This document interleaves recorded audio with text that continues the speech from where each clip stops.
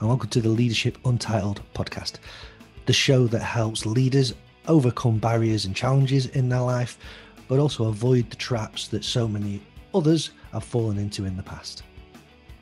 My guest this week is Chris Lewis, the ex-England cricketer. He made his debut for England in July 1990, going on to play 32 test matches and 53 one-day internationals for his country. He finished playing for England in 1998, which included playing in the World Cup final in 1992. He carried on playing in the domestic game until 2000, which he left after raising some match-fixing concerns about the game, which left him as a little bit of a outside figure amongst his colleagues, other players in the game. Later that same year is where the story turned very different for Chris, as he was arrested at Gatwick airport for carrying around about £140,000 worth of liquid cocaine into the country, for which he was sentenced to 13 years in prison.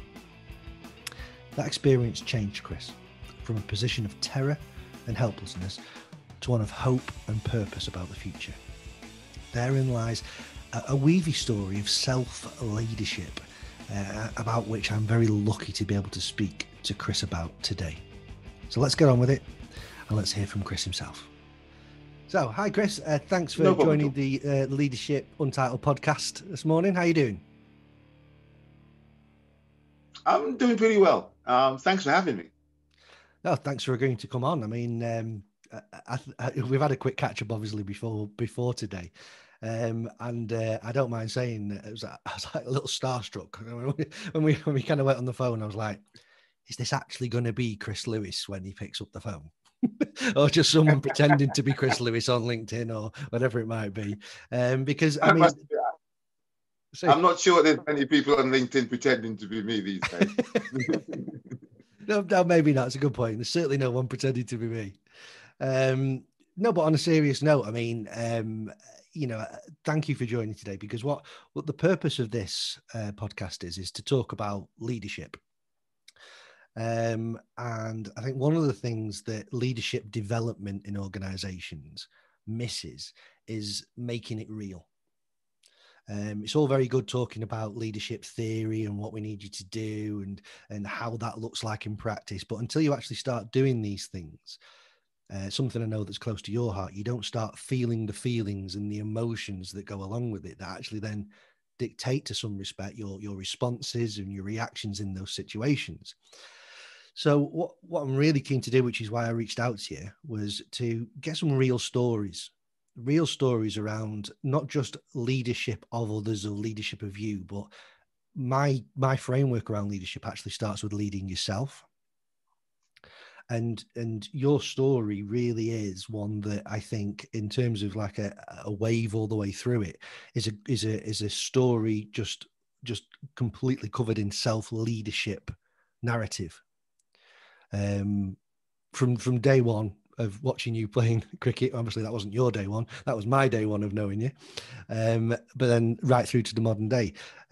So yeah, that's great. So what I want to do is, if you could, let's take a little bit of a journey through all of that and go back to those kind of late 80s, early 90s when I first started seeing you, and probably the first time watching England, I was thinking, I'm excited by a bowler here. This guy can do big stuff. How did all that come about? How did playing for England and cricket in England all come about for you? I would say a little bit by accident. I'll take you back. I'm a young boy in the Caribbean. I was born in a place called Guyana, South America, 1968. And at the time, I guess I was fortunate. We were all fortunate because West Indies were blessed with such wonderful cricketers. So as young people, we all aspired to Sobers and Richards and Holden and Kanai, and there was just so many names. So we all aspired to that. And I remember as a young boy spending a lot of time listening to these guys on the radio and just thinking that, wow, how magnificent they are, how brilliant they are, and hoping that perhaps you could follow in their footsteps. But the truth is, not really believing, because of course they were special, you know. And there you were from my perspective, just a normal young boy. But I remember probably as an 8-year-old standing in the street with my friends, and there was a shooting star. And as the story goes, when there's a shooting star, you make a wish and you keep the wish to yourself. And my wish was simply to go to England because I wanted to join my dad, my family, and also to play cricket, which was the only thing, certainly at that point, I had a passion for. I came to England, I went to school, and in most parts, I would say people thought I was a decent cricketer, but not the one who was going to be a first-class cricketer. I was a batter. And then for me, about, I think it was 16, 17, I started to grow a little bit more. And I became more of a fast bowler or a medium pace bowler than a batsman. And at 17, Ken Higgs saw me. Ken Higgs was the former Lancashire, England, and at that time, he was coach at Leicester. And he saw me in a net session at Lord's, and I was just there. My mom had paid for me to go to get some coaching, probably the first time in my life. It was during kind of a break from school. And Ken saw me there and thought I had potential.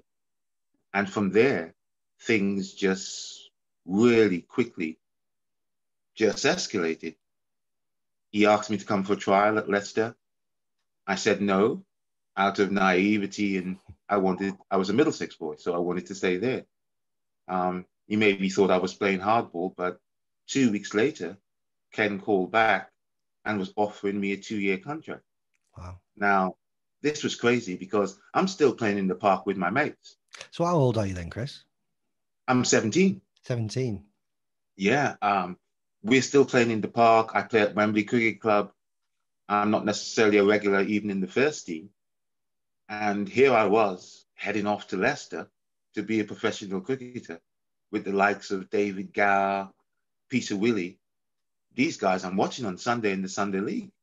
And I'm supposed to now go and be part of the same team with these guys. A whole heap of excitement, of course, because it's the only thing I'd ever dreamt of at that time. But a bit of trepidation, as in, am I going to be good enough for this? I mean, this is David Gower, this is Peter Willey. These are not ordinary players that you're meant to be in the team with. Are you up to this? Yeah, he wasn't a bad batsman, was he, dear Gower?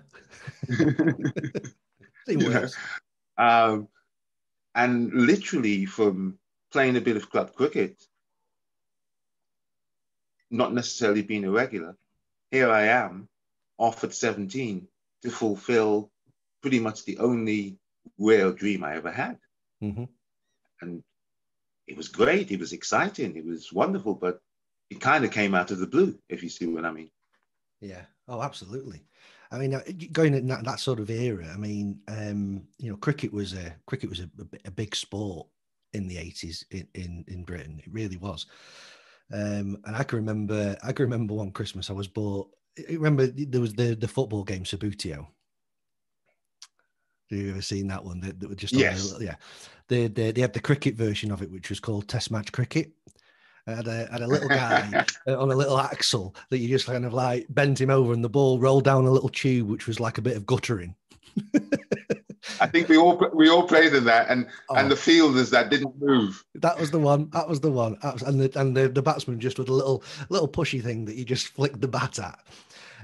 But again, on the front of it, and you got to remember that. I think sometimes we forget that back then we're talking mid 80s. We have 4 channels on the TV in England. So nowadays you're saturated by seeing sports heroes all the time. But I can remember just staring at the front of that box because it had David Gower and Ian Botham on there. And like, wow, and you really did immerse yourself in the game, pretending you were those players. I mean, I couldn't imagine getting that down now out of the loft, which I'm sure it is somewhere, and trying to get my 10-year-old to play with that. What is this? No, times have moved on, but I suppose you make your own fun depending on the circumstances. Oh, I'd still play it. And at the time, that was almost a step up, that you could actually have a game of cricket on a little board. Yeah. There were the computer games, as as they are now. So yeah, no, friends and I, we had lots of fun playing test match. Brilliant stuff. But I remember waiting all winter just for the summer to come for Sunday League cricket, because at the time the BBC used to televise it. And it was so exciting actually seeing your heroes. I think the first game I ever watched involved David Gow. And although I'd heard of him, it was the first time I ever actually saw him play. Yeah. So it was exciting times. I'm a young man, and I'm not thinking in any negative way. I'm looking at the world and I'm thinking of all the possibilities. And somehow I'd managed to get myself, and I say somehow because it wasn't planned out. Somehow I'd managed to get myself into that position where I was about to fulfill the dream of my life. Yeah. And you mentioned that's a dream. And also I've mentioned there that I mentioned Ian Botham. And I know that when you kind of came into those England ranks, the country had been screaming out for another Ian Botham. And then, this is what we do in all our sports. The second we get a hero, we're looking for the next one that we can label exactly the same thing. And I know that for a while there, when you came through, you were one of the prospects, and we've had so many in the last 30 years that could do a bit of everything like Botham could. And I imagine, the sort of ages that we're talking about here, and what age were you when you made your England debut? I was 22 on my England debut. So a 22-year-old coming into that sort of environment with those sort of expectations at that time, what was that like for you? Again, just pure excitement. Yeah, it was great. I keep using the same phrase. I was living the dream. I never expected to play for England. My dream was to be a cricketer of some sort, and I became a first-class cricketer, and then I was selected for England. So by then, I was already outdoing myself, so to speak. So it's just pure excitement. Being compared to Ian Botham is the ultimate compliment, because Ian Botham, we talked about the 80s and the 90s. Ian Botham is the pinnacle of everything there is in cricket. He does everything. He's Roy of the Rovers in a cricket field. Absolutely. That's it, and I'm being compared to Ian Botham. So that's all very flattering. So certainly to begin with, that's just an excitement, a time of excitement, time of seeing things you haven't seen before. What's it like being in an England dressing room? What's it like touring with England? And what's it like playing against your heroes? I grew up certainly in 10 till 10 as a West Indian, and I'm playing against Viv Richards, and I'm playing against Malcolm Marshall, and I'm just sat there as a young boy going, wow, wow, wow. And of course, it alerted me to the fact that dreams actually do come true. Yeah. And through that experience, it alerted me to that fact really early, because here I was. So at those early times, there was just nothing but just excitement and perhaps gratitude for where you were, how exciting it was. There was no downside to my experience that I could see it as a. And who was the captain when you made your debut? Was that Gooch around that time? It was Graham. Graham was the captain. Again, one of those guys we spoke about in the same breath as a David Gow, once in a generation sort of man. And Graham was a hard worker. My first trip to the Caribbean, again, against the great West Indian fast bowlers, Graham as captain always went out there and stood up. He's the guy that they were most keen to get out, because if he got in, regardless, I mean, he could make you pay. Oh, absolutely. So, it was there was no, even with hindsight, I look back at those moments and there's very little negativity. There's just positive, and everything is, this sort of snowball is kind of going where it's going, as I've mentioned before, not because necessarily I planned it out consciously, but there I was in the midst of all of it. And what was Graham Gooch like as a leader and a captain at that time? Bearing in mind that, well, I guess that he's got other senior figures around him, but especially for yourself coming in as that young 22-year-old with quite a lot of prospect and potential. What was he like as a leader? I think at those times it was different times. I remember those times where people were perhaps more absorbed in their own performance rather than, let's say, the whole team performance. And that's not necessarily a negative thing. I'm saying it was just the way it was at the time. Part of that would have been because during the 80s, 90s, we went through a lot of players. So as an individual, if you didn't focus, you wouldn't be there for very long. Yeah. But Graham, for me, led by example. He was what I would have called a professional at that time, in the sense that he was a hard worker. He did the yards. So as the person who was the leader, he was putting down his example to what he was doing. I don't think he was necessarily so much for the talking of it, but certainly when you met the man and you saw the man perform, especially in difficult circumstances, yes, you understood why he was leader. Yeah. Yeah, and it is a concept that is covered quite a lot when you talk about, or when I talk about, kind of leadership theory and how it's progressed throughout the kind of decades. That this figure of a hero leader was very, very prominent at those times, whether it was in sport or business, whatever it might be. It's that leading by example, looking at the person going in and it making you step up and want to be like them and follow them and not let them down. I think certainly during those times that people who had the ability to do that perhaps stood out a lot more, because as I mentioned, people were more absorbed with self.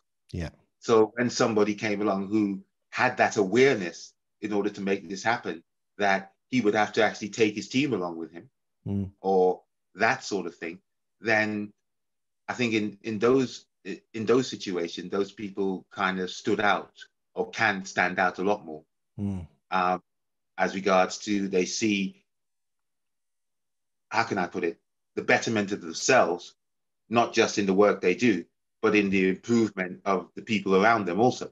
And I don't think at the era I played, that was the norm. In fact, I'm sure it wasn't the norm at those times. We've kind of moved ahead where we have more of an appreciation, more of a whole appreciation of all the things, all the elements that it takes to get a team going. Yeah. And you mentioned before that around, there's a lot of players that the England team got through in the 90s.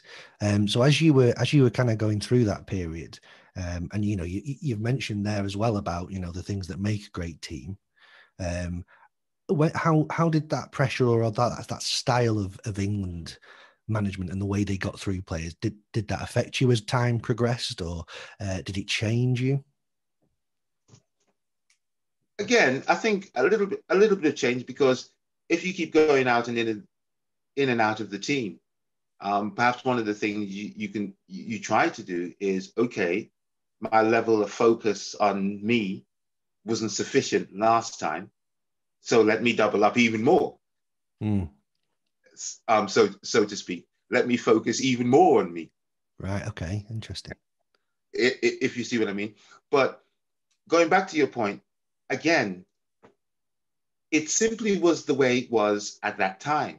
Yeah. So our expectations for it to be any higher wasn't there. So there was a lot more acceptance of it. I'd go, that's just the way it is. Yeah. Yeah. Nobody dreamed at that point necessarily that it could be any other way. We accepted that if you didn't perform, you'd get dropped. Yeah. And it was your responsibility for it. Yeah. The conversation now is perhaps a little different in parts. Yes, you're still responsible for your performance, but we're going to give you the support and a period of time to try to execute that. Yeah. And that's now, but that idea back in the 80s, I didn't think necessarily had a great deal of, or as much traction as it has today. So I'll speak personally as a professional, we just accepted the situation as it was. And again, that's not a bad thing, because as England players, as an international player, you're still the fortunate, whatever is going on. If you see it. Definitely. So there was certainly more acceptance of that, that's just the way it was. So perhaps in doing that, a lot less pain associated with it. Yeah. And I suppose that after Gooch, I think the captain would have been Michael Atherton. I think Yes, took over. So how did those two guys compare in terms of being captains? I would say very, very similar characters. Again, Athers was a hard worker, more sort of unassuming. Athers seemed to kind of lope to where he was going. But again, he was the fighter. In his quietness, he was the one that ultimately you weren't going to get much from. And I'll be honest, I think certainly at the beginning, or even whilst we played, I don't think I necessarily appreciate the full extent to Athers' ability, not just as a player, but as a captain and actually as a person. You know, we met up a few years ago and we sat down and we had conversations that, and bearing in mind, we've known one another since we were 17, 18, when we went away on Young England tour, and had conversations as 50-year-old that we never had, and sat there and went, wow, I wish we'd spend more time talking. Yeah. I wish I'd known this. I wish I'd known that, and so forth. But as a person, as a cricketer, as a captain, again, he's that person that led by example. He went out there and did the gritty bit when he needed to. And when it was hard, he fought. And that inspired you guys to fight as well, did it then? Well, whether you realize it or not, it always does. As professional sportsmen, there's what people call ego in there, is that you see somebody do thing and you don't want to be the lesser. Yeah. Absolutely. So inadvertently, even if you're not thinking about it consciously, that's activated in you. Yeah, definitely. People kind of reflect back on your career, or say other people, kind of journalists and cricket experts look back and say that you didn't fulfill your potential at that time, and it actually turned out to be a relatively short, both international and domestic career. What are the reasons? Do you view that in the same way, that your career was shorter than it should have been and you didn't reach the potential that you should have done? And how did all that come to an end? Well, I suppose there's a lot there. As regards to making the most of your ability, I've always been suspect of that, because this ability, I didn't just wake up with it. I went out and I did the running, I did the catching, I did the practicing in the back garden, throwing balls off the wall and doing all those things. So I take it as a bit of a slight, and I always have, when people go, oh, you're so naturally talented. Because I go, no, I remember when I couldn't catch. I remember when I couldn't play on the leg side. I remember when I couldn't do all of those things. None of those things actually came naturally to me. So one of the first things I would say, just getting here and just being in this position where I can do this stuff, is an achievement. Where people take it from more of a point of, you've been given all this stuff, now it's up to you to do something with it. Yeah, you were born with a cricket ball in your hand, ready. you know, and having said that, do I think I could have done so much more? Oh, 100%, 100%, 100%. There were so many things I didn't appreciate about the game, about myself, about how to be that successful cricketer that was going to be the best in the world. Mm. Yeah, there was a lot left on the floor, so to speak. But that 10-year-old boy who dreamed the dream, he just dreamt about playing first class cricket. And not only did I do that, I played international cricket and I played it for many years. Mm. The performance wasn't as consistently as I would like or others would like, but yet I played over 80 times. Mm. And And that I think to has your point, there's probably so many children, even like nowadays, let alone in the 80s and 90s, that if you were to say that that was in their future, they'd be immensely excited by it. Yeah, 1994, I'm International Player of the Year. Yeah. So I look back on it and I go, that 10-year-old boy, I outdid his expectations.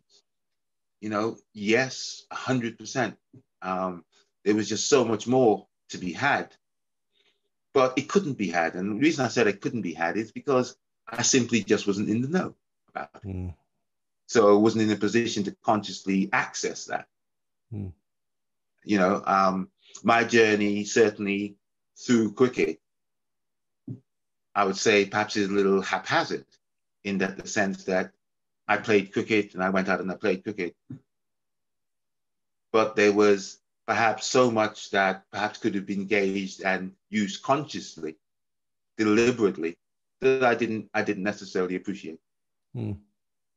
What do you think, just interestingly to kind of think about from that leadership perspective again, you've mentioned that the England team was very much more kind of individually focused.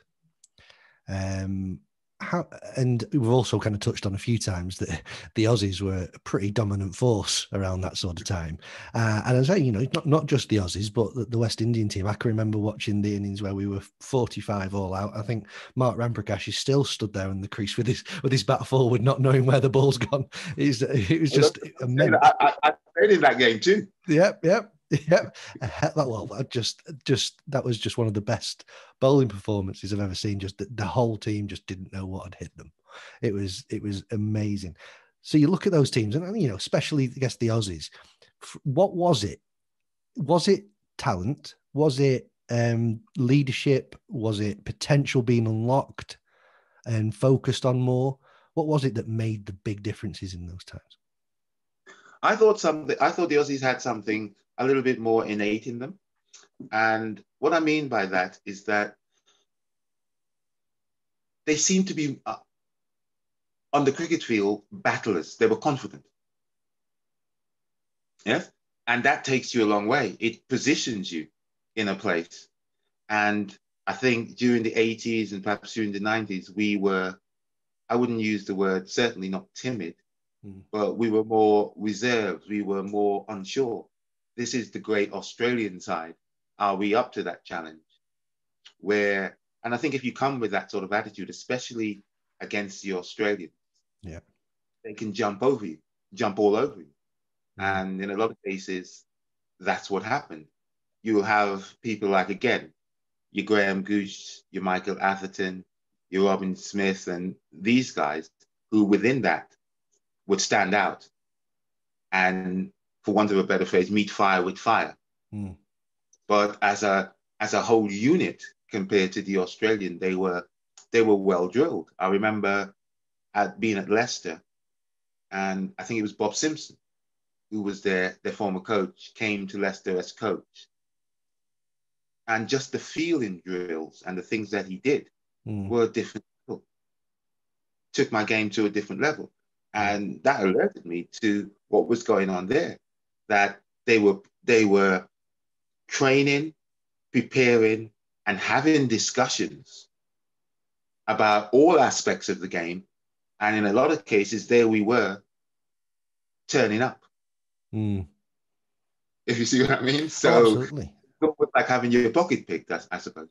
Yeah, and and I guess we're kind of delving into that kind of leadership piece again there. That you see it in all sports. You listen to footballers of the 1990s and talk about the kind of drinking cultures that went on, and it was still very much whilst it was the Premier League, it was almost like a Sunday league in the sense that after the match we'll go for a drink, and it took people like Arsene Wenger coming across to the country, and I think Man United were doing it to a degree, but someone like Arsene Wenger coming from a completely different culture and a completely different view on how things should be done, that completely at that time I think reinvented the game. So that opened your eyes that yes, all right, the Aussies maybe had something about them innate that made them like that. However, to your earlier point that natural ability isn't necessarily born with, they were well drilled and it really fostered through the leadership that they had. When I say innate, I probably mean something perhaps a bit more cultural, in the sense as I've spent a lot of time in Australia, and at a young age, it's more up and at them, sort of an attitude. Yeah. And I remember certainly as a young boy, one of the things that fired was facing fast bowling and not being afraid. And I remember going out many times as a young boy to face fast bowling, and I was afraid because they were very fast. But I didn't show that fear. Yeah, and that became a part of my experience as I grew older, because I had that already. So when I encountered those situations, that was applied. So it's in that nature, I mean, that the Australian had something a little more in that sense, that it was naturally. They came, they were aggressive, they thought they were going to win. Those sort of things.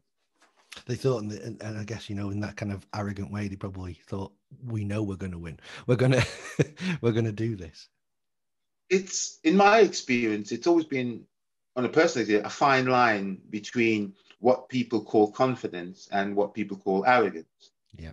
I would say that my friends say I'm confident, and the people who have a different take say I'm Yeah. Yeah. And I think, it's cultural again, because I think, I look at some of the, like, again, sportsmen across all sports in other countries, and what's deemed as confidence there in an English player of that sport, it's deemed as arrogance. You look at people like Kevin Peterson, for example, that lots of people accuse him of being arrogant. Whereas you look at somebody like Shane Warne, the way he talks about Kevin Peterson, he's one of the greatest players. He's just, you need more players like that in your team. If we kind of fast forward a little bit and talk about so we're coming towards, I think it was 98 that you retired from England, was it? Yeah, my last test, I think, or last international would have been around that time, and then I wandered off. I think it was 2000. I finally left the game. Yeah. From going on from that 22-year-old who was excited about everything else. As time went on, we talked about the label of Ian Botham. Even though that was flattering to start with, over a period of time, if you're not performing at the level of Ian Botham, that then becomes an issue, because unless you're performing at that level, you're underperforming. And I would suggest that perhaps the next 4 or 5 years of my life would tend to be more of that nature, where you're not this exciting young player anymore. It's actually more about, we need performance from you. My personal experience of that was that I started to find it hard because, of course, there was press coverage and articles being written about not being this, not being that. And in fact, I think at some point, I think I read an article, I don't know why I read it, that suggested that Dominic Cork's value was 4 times more than mine. Okay. And those sort of things. So the pressure had actually ramped up a lot over perhaps 4 or 5 years, where the relationship, rather than being one of excitement and joy, I was now in a position where I was going into work with perhaps a little more trepidation. In fact, a lot more trepidation, where it was just based more solely on me performing. Enjoyment now in cricket just meant the days where I did well. There wasn't really any real enjoyment in playing the sports now. I was working, and there was an expectation from, it seemed, everybody else. And within that, I'd be sat there thinking, I'm me. I'm not Ian Botham. You're doing the best that you can, and so forth. But not just that aspect of it. I think there was off the field things that went on. I'll be honest. I liked to party. And at times, what that meant is that I wasn't in the right place at the right time. I turned up. In fact, my last test match, played for England, I turned up late at the Oval on day 3. I woke up in, let's just say, not in the team hotel. Okay. And arrived at the ground late. And it was a lost straw for a lot of people. And subsequently, I was dropped and didn't play another test match. I went back to Leicester after that incident and became captain. Probably one of the last things I had on my bucket list in cricket. I wanted to experience, I thought I'd learned quite a bit from the game, and I wanted to experience what that was like and use the knowledge that I'd picked up. Again, that worked well, but again, I shot myself in the foot. I turned up late to a training session, and the consequence was pretty much the same. I was stripped of the captaincy, even though in that year I thought that we did extremely well as a whole unit. Certainly on the field, I was more than capable as a captain, but I would say other things I was certainly lacking. And this was also the time where match fixing was about. And I would say I was unfortunate enough that somebody approached me to organize match fixing or to get it done. I reported that fully, honestly. And the backlash from that is that I suppose I was seen as a person making it up. And I must admit, even though there'd been many controversies, including me shaving my head and getting sunstroke, so that one, this was so different for me. What was being suggested was that I'd made up these stories to get people in trouble, to make money and so forth. Personally, I've just never been that person. In fact, more often than not, I've been accused of not being interested in what other people had been doing. Yeah. To be perfectly honest. So I just wasn't that person. The consequence of that means that I was going to the cricket field and I was getting what you could call hate mail. People were calling me Judas and this sort of thing. I was in a dressing room where it was clear to me that even the players in that dressing room didn't want to be associated with me. Wow. So even with 2.5, 3 years left on my contract, and with a little prodding from perhaps the authorities who didn't necessarily want my face around, I actually left because emotionally, it's the only choice I could have made at that time, simply because I'm so angry.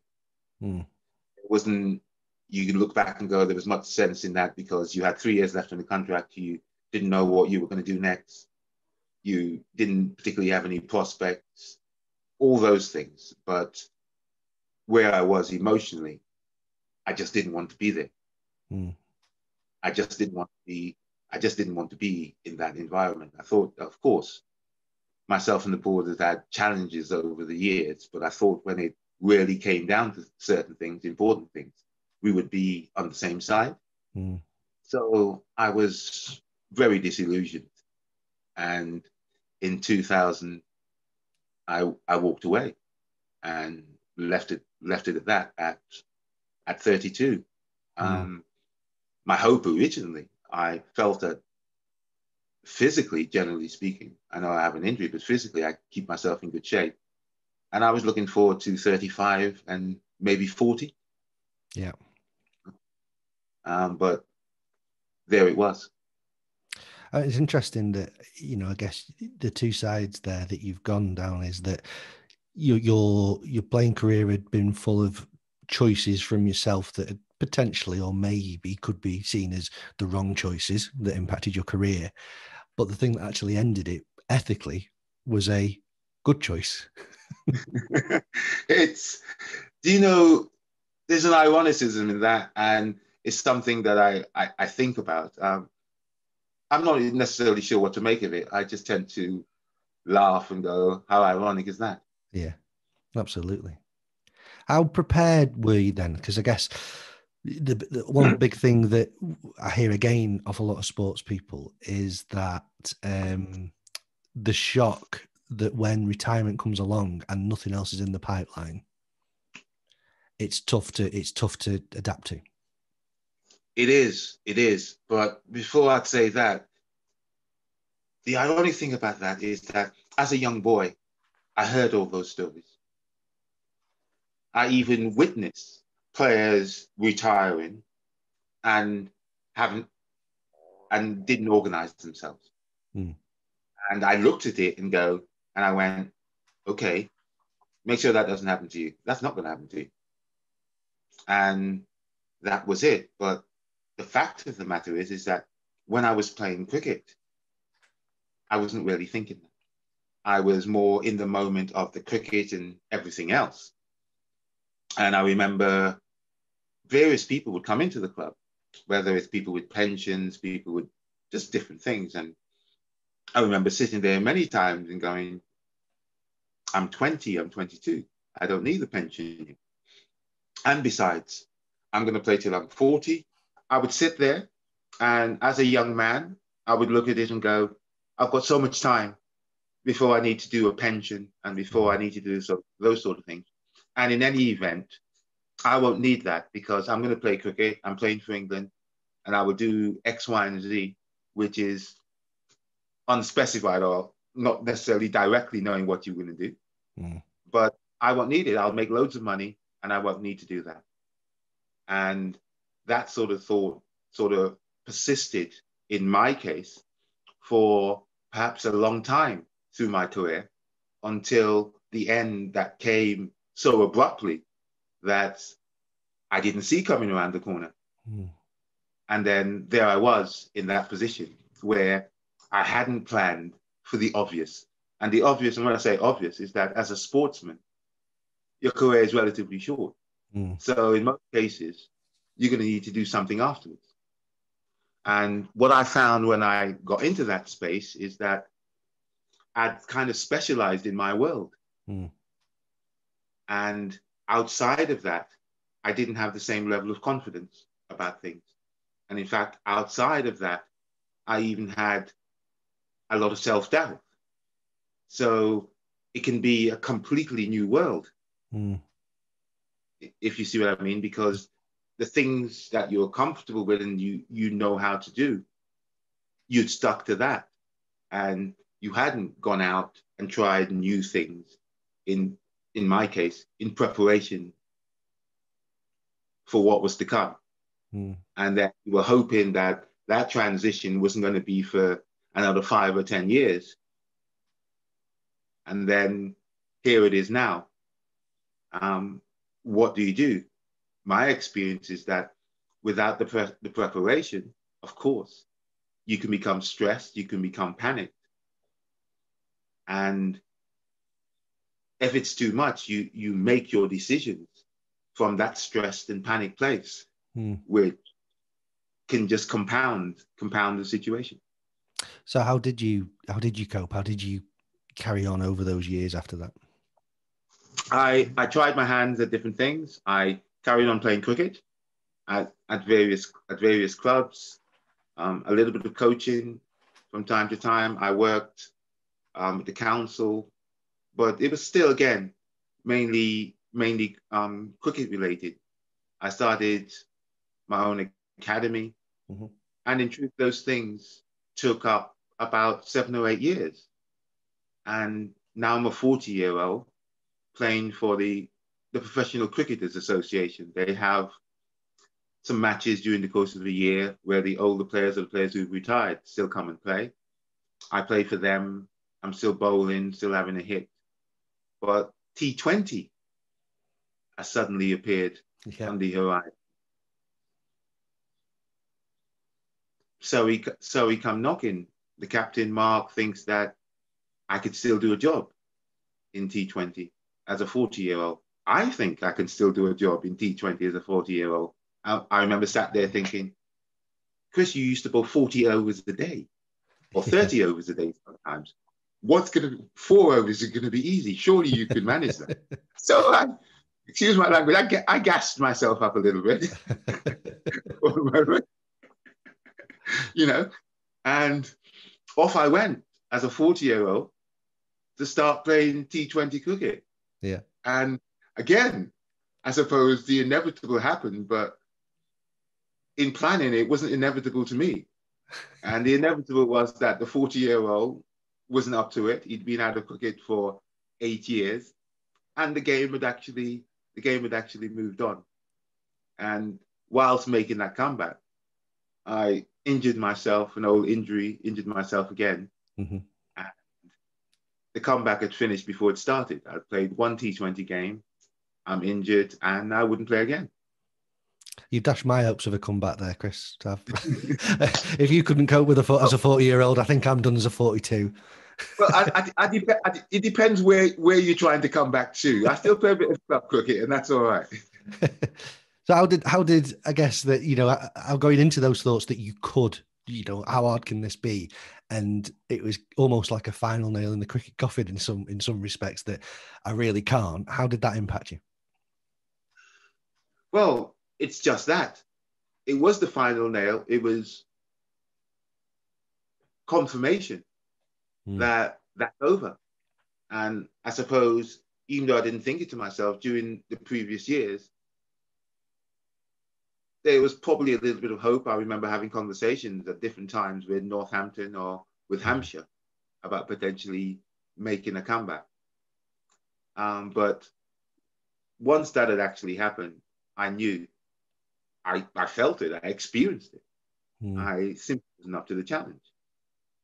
I'd never felt that way before in a first class or international game, that just weren't good enough. So from a cricket point of view, clearly that was over. But also with the injury, I couldn't walk. I couldn't sit in the car. I couldn't turn my head. I thought that was the whole cricket experience over. Not just a comeback at any sort of first class level, but playing anywhere. And over the previous 8 years, a large part of that would have been the way that I still earned some money. So I sat there and I allowed myself, or somehow got into the act of just thinking thoughts that weren't helpful. Seeing myself in a hole that I couldn't get out of, didn't know how I was going to get out of it. And I kind of just ramped it up internally with negativity. And that came to a head, that negativity. You kind of only a few months later, I think it was in December of that year. I know in like the chats that we've had, you've talked about choices a lot, and you made a choice that that obviously changed your life from then on in. Do you want to talk me through that? Yeah, I made a choice at that time. We're now in December, and I made a choice to go to the Caribbean, to St. Lucia, and to import drugs, to bring drugs back into the country, and I would be paid for doing that. I say choice because it is a choice, but I would say this: there's a space before the choice. What I mean, there's a space before the choice is, before that choice came about, I spent months working myself up. And I don't mean that deliberately. I mean, being afraid, Mm. thinking that I could do that, not being able to see how I was going to earn money in the future. And I put myself in such a feared position that all I wanted to do was to earn some money just for this moment, just to sort out next month or next week or whatever the case may be. I just needed money. Again, that's my own personal thinking on the subject. Now, people can go, you could go get a job, you could go and sign on, and there's a host of things you can do. I agree totally, 100%. I agree. However, with me, there was embarrassment. I felt as an international cricketer that I should have done better, and I didn't want people to know. So I didn't ask for help. I kept it quiet because even what I was about to do, I didn't share, because if I had, somebody would have just gone, how stupid is that? Why are you doing that? And I kept it all internal. And I got on the plane and headed out to St. Lucia and attempted to import 4 kilos of cocaine, which for doing that, I would get £50,000. Now, it didn't mean that I wouldn't have to work, but it meant that the fear, the panic that I had in that present moment, it was hoping to alleviate that. That made from that space making those choices. And the ironic thing again is that it did exactly the opposite. What it did was escalate things to a level that, well, kind of unbelievable level of fear, of stupidity, of just a level of everything that I didn't even think necessarily was possible, to be completely honest. And I know I've seen that so the kind of the upshot of that was that you were charged and sentenced to 13 years, I think it was, in prison. Yeah. And I know you've talked quite extensively about how that kind of felt as you went in, or the days leading up to going into prison, that around, I think you compared it to say, the only experience you'd had of this was like in the movies. You didn't know what to expect, and what that. Just explain that experience, that first night to me. Well, it was the first time I'd ever been in a cell. It's the first time I've been arrested. So the only reference points I really had were the stuff that I'd seen on TV, and it was the 80s, and a lot of the films on prison weren't really good ones. It was hard. So here I was headed into prison. I was out of my comfort zone again. Here I was, and I'd made choices that had put me in a place where I didn't feel that I had the tools for this. As well as that, my head was spinning about the choices that I'd made, about everything that's going on outside in the world, the newspapers, the television, my parents, the disappointment, and on a personal level, just disappointment in yourself. There's a moment where I'm sat there and I'm just thinking about it. And of course, this situation or that situation I found myself in, I would never have chosen consciously. No. To do that to yourself, to do that to your family, and everything else. And in that moment, I realized that actually I couldn't trust me, which was kind of startling.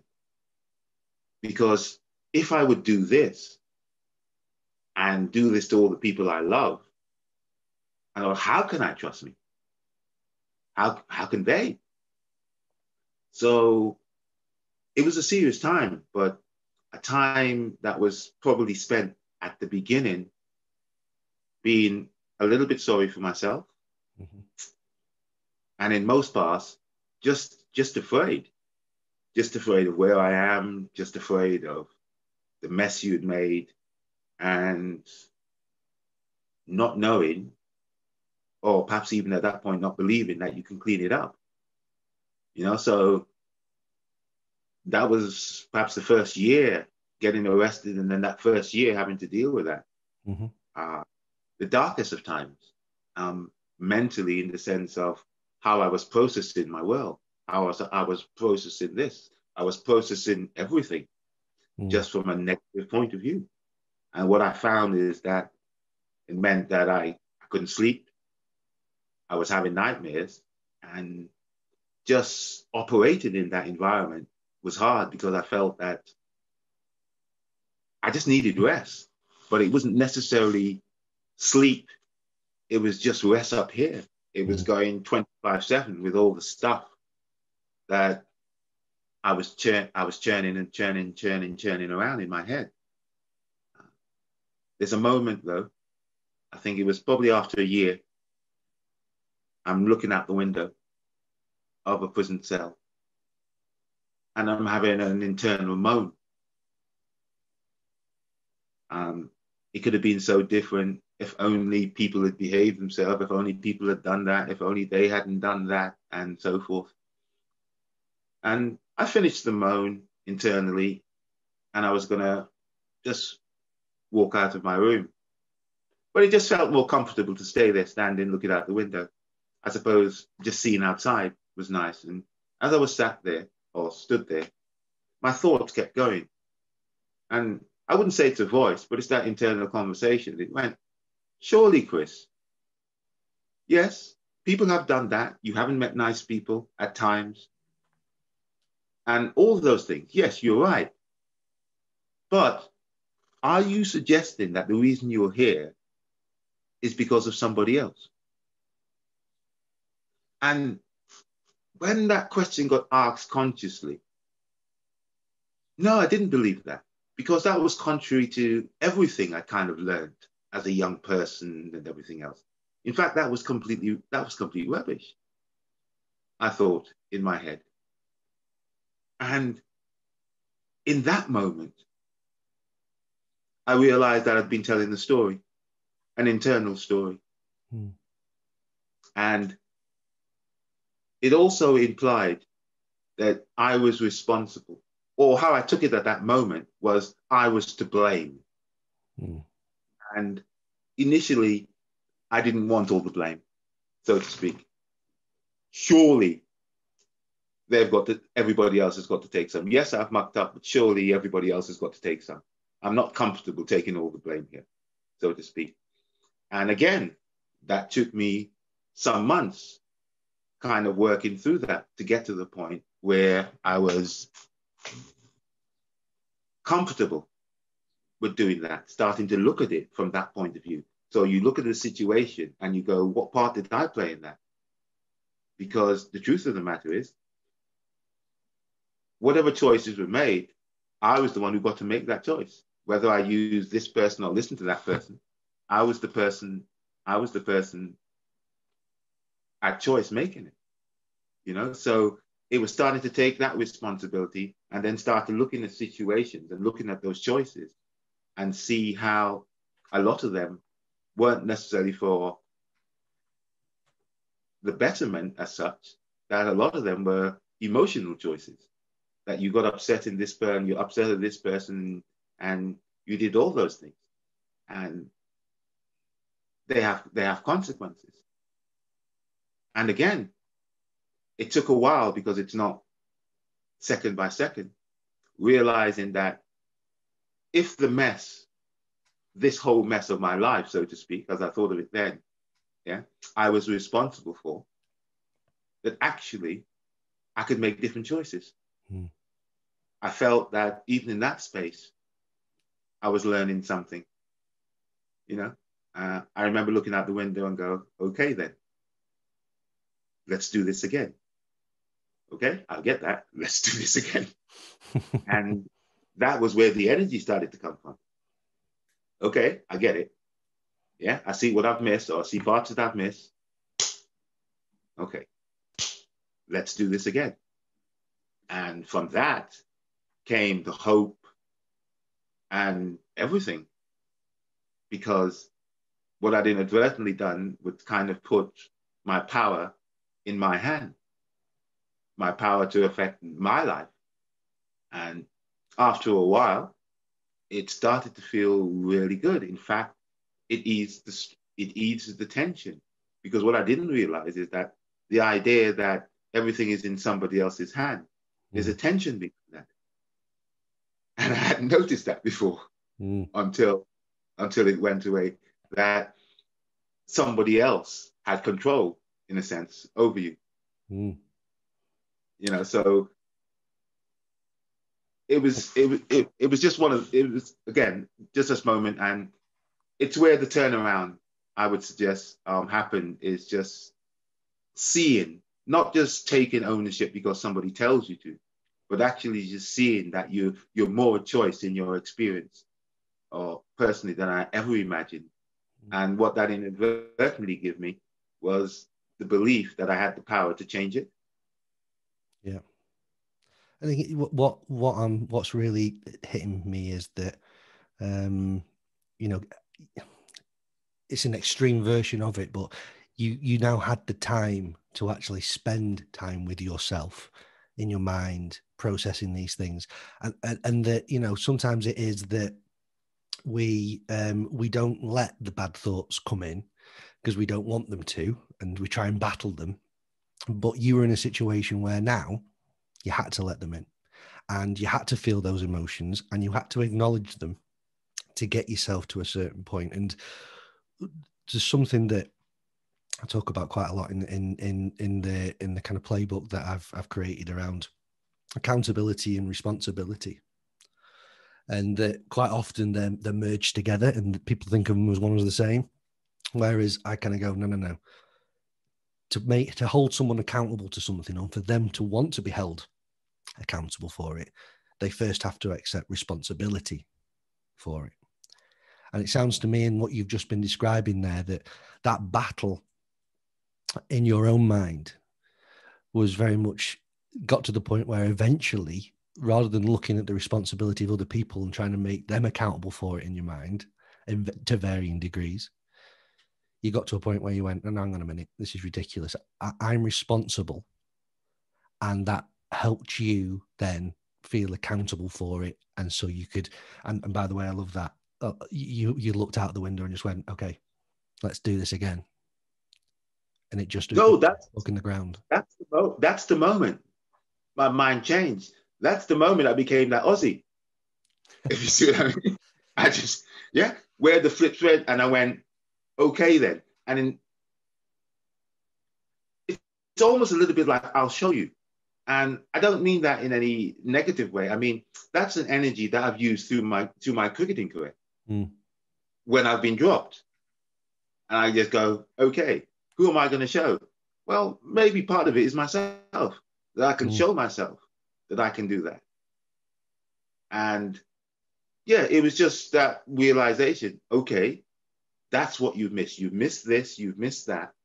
You actually missed the fact that actually this was down to you, mate.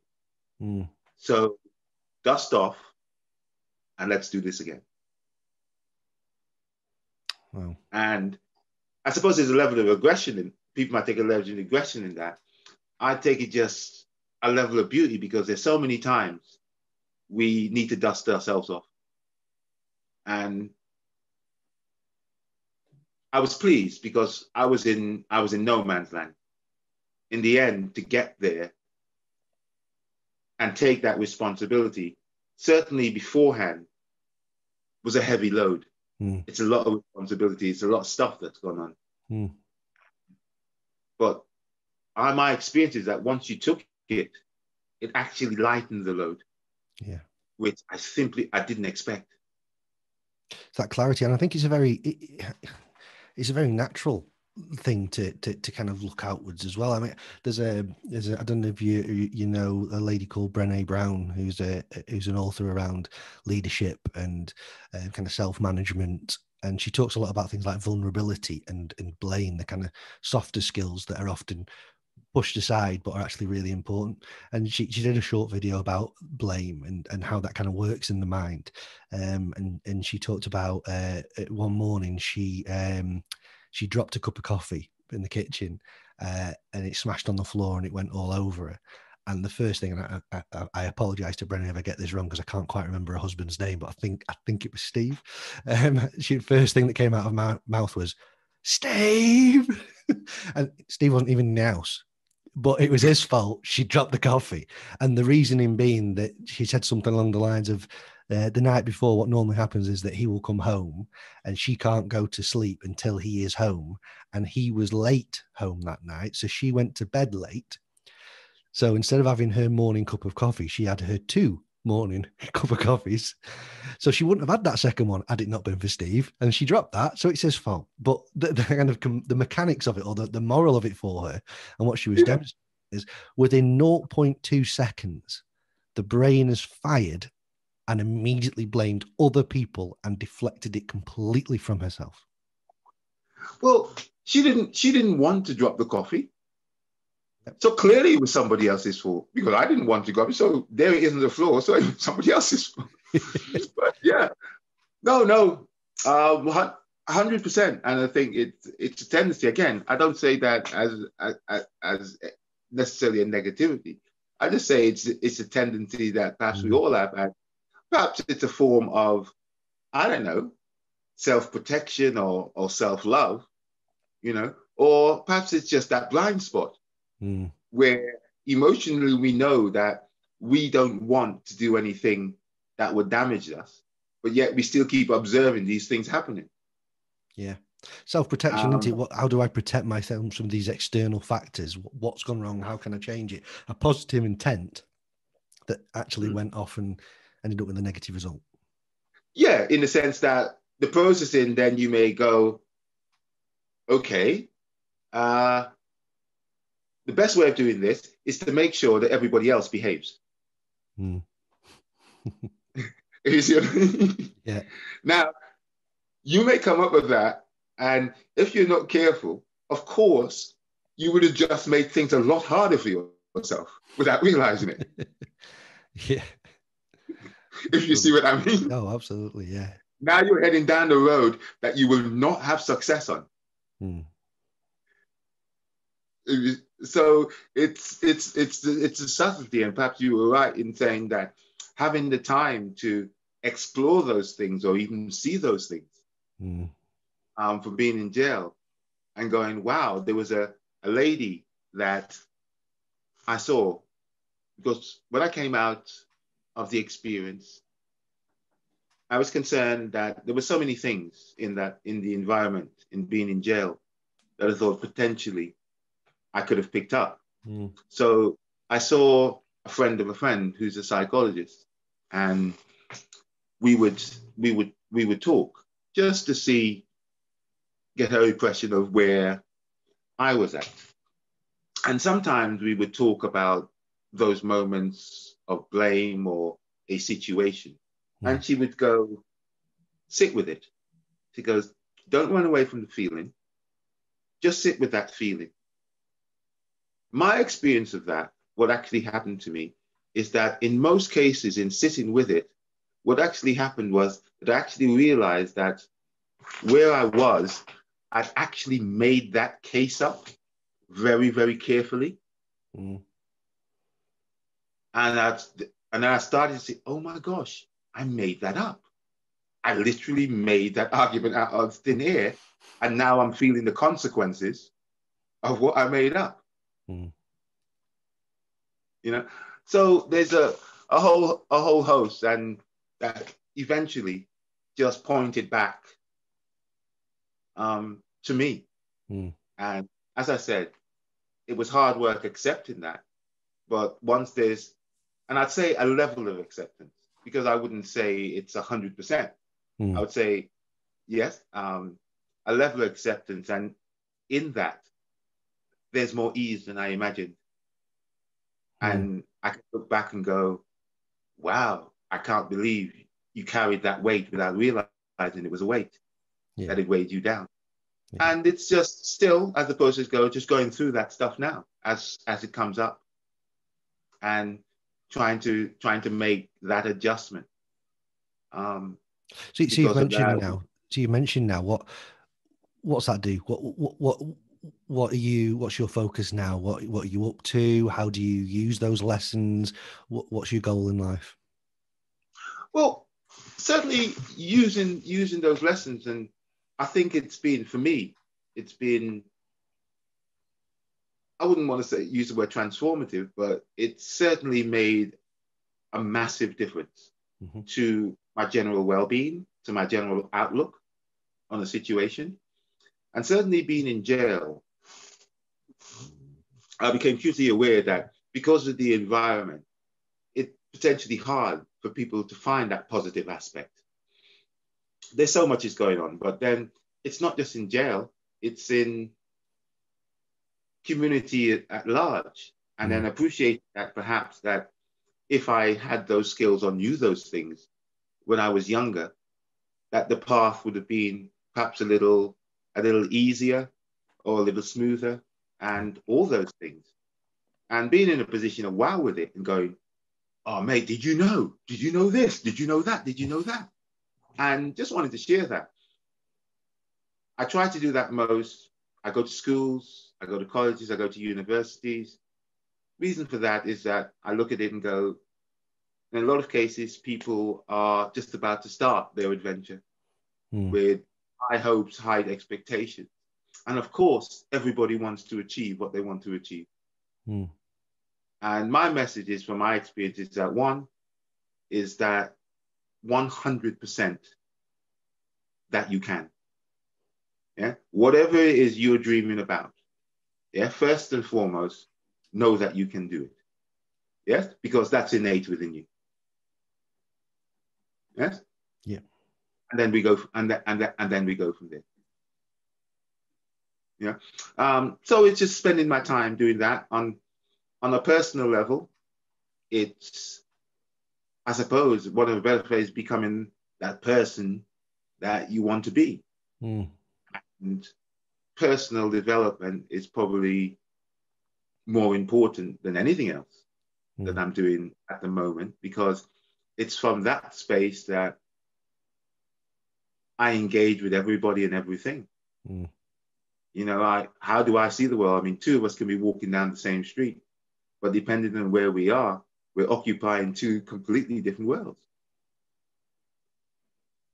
You know, so it's really about me understanding that everything that I want, whether it's finance, whether it's relationships, whether it's leadership, actually all starts from me. And when I have that, it naturally flows out. So there isn't so much necessarily of the axe with the outside world. I leave it alone a little bit more. In fact, coin the phrase, knock yourself out, whatever you're doing. Because I don't necessarily imagine that it affects me as much as I thought it did. What I realize now is that what I'm doing is the thing that has the greater effect on my experience. I think it's an invaluable leadership lesson that you've said there, that around having the time and the awareness to manage yourself first, then puts you in the position to be able to lead and influence others on their journey. And I think it's that kind of going back to where we started this. It's that sort of figure that maybe wasn't around when you were starting the game, to be able to come along and go, listen, here's some stories for you. This is the importance. These are the things. These are the journeys. But also, this is aside from the story, here's a mindset that you need to start considering. Well, it's interesting. Yes, I would agree. But I would also say that even though those things weren't around as much, and there wasn't the same level of awareness, my experience, I still had an absolute ball. Yeah. If you see what I mean? Yeah. So again, it's not a negative, and that means that even at 50, I have something to grow into. Yeah. Something to look forward to become more. So it isn't so much looking back and going that it wasn't there. I had a great time there too, and as I'm having a great time now, so to speak. So it's all beautiful. It's just more. It's just becoming more. Mm, Looking at the world, thinking there's so much more to be had in the world, or even looking at your past experience and going, "You played cricket. Do you know you could have extracted so much more from that experience than you know?" mm, You know, and then using that so that when you have future experiences, you can have more joy and appreciate it more, whether it's appreciate the people around you, whether it's appreciate what you're actually doing, all mm, makes for more joy. mm. And it's not that I didn't do that. I had a lovely time. But I suppose I'm fortunate I'm in a place where I think there's even more appreciation to be had. Yeah. I mean, well, I mean, how many people get to play for England? How many people get to play in a World Cup final? Um, and you are still a kind of I would say personally, an iconic figure of that period of cricket in England. Chris, I just want to say a massive thank you for speaking to me today. I think it's a it's a very deep and emotional story, and I think it connects to so many people on so many different levels. And I'm really looking forward to publishing this episode and just hearing what people say, the comments. And I think it's fantastic as well. I know you come at it from a point of accountability, and I think it's important that, you know, when we spoke the other day, when I reached out to you, something you said that I really hit home for me. You just said that you know, I'm willing to talk to anyone about my story. And I think that, you know, that's a level of internal growth and an ownership, but also then of intent about where you're going and what you want to achieve and how to help others. I think that's an amazing attitude. Listen, I've been fortunate in my story. Now people can look and you can see the ups and downs. I look at it and I go, in every turn, I've been fortunate. And that may sound strange, being that I spent 6.5 years um, in jail. But you can, the story I'd like to listen, we all slip up. And one of the things I've done since coming out was, of course, I didn't write a play, but there'd been a play of my life. But really, the story that I wanted to tell through that is that, listen, we all make mistakes. Yeah. We're all less than perfect. We all that. So I think sometimes getting caught up in being perfect in the moment can be a little problematic. Mm. But what I've learned through my experience is that, yes, of course, you make mistakes. And yes, of course, you dig holes for yourself. We all do that in various ways, not all as extreme as me, as in end up in going to jail. But the message I would like to give overall is that even when we do that, and a lady at one of the plays, because we had a discussion, we'd have a discussion afterwards, came and go, Chris, I've got it. I know what you're saying. She's going, it would be good to know, yeah, if you find yourself in a hole, that chances are the same shovel you used to dig it is in there with you. And I went, that's exactly it. I like it. If you see what I mean? Yeah, Yeah. listen, we all make mistakes. We all get into of varying degree. But the thing to know, yeah, is that chances are you dug it, and that shovel that you dug that hole with is right in there with you to help you to dig out. Brilliant. Oh, what a You fantastic know, way of looking and at it. I've never heard that before. That's brilliant. that's the You, message I you would might see me share with. steal that, Chris. You may see me using that. Sorry? You may see me steal a few times. And listen, Chris, Yeah, and what we need to do, and I'm not quite sure how we do this because there's so many topics there.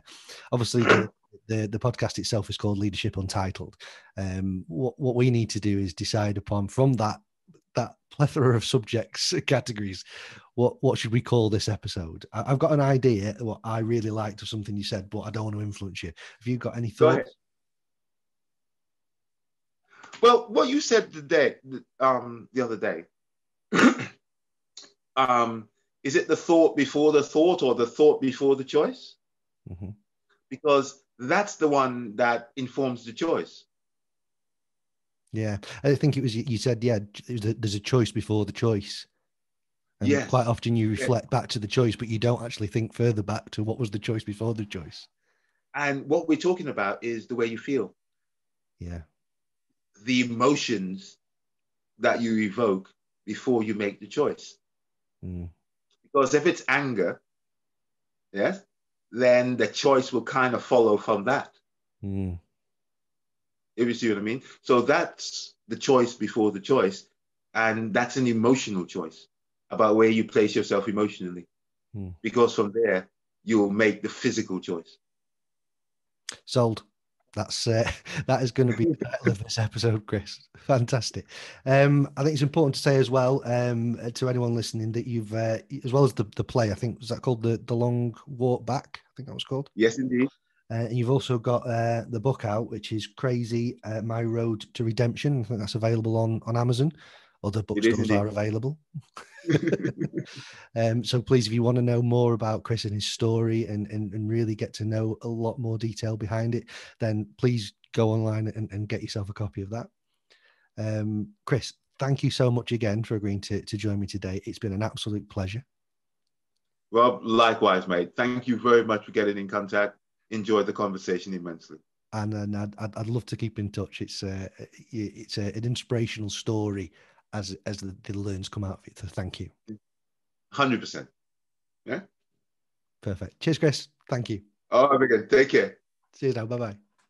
So that brings us to the end of this episode of the Leadership Untitled podcast. This episode will be called The Choice Before the Choice. I want to thank Chris again for coming along and so honestly and candidly opening up and recalling his career and prison time, and also the things that have changed for him since that time and what he learned about himself. It's been a genuine pleasure to speak to you, Chris. Thank you so much. And also thank you to the listeners for coming along and also listening to this conversation today. If you've not done so already, please like and subscribe to this podcast so you don't miss an episode in the future. Thanks a lot, and we'll speak soon.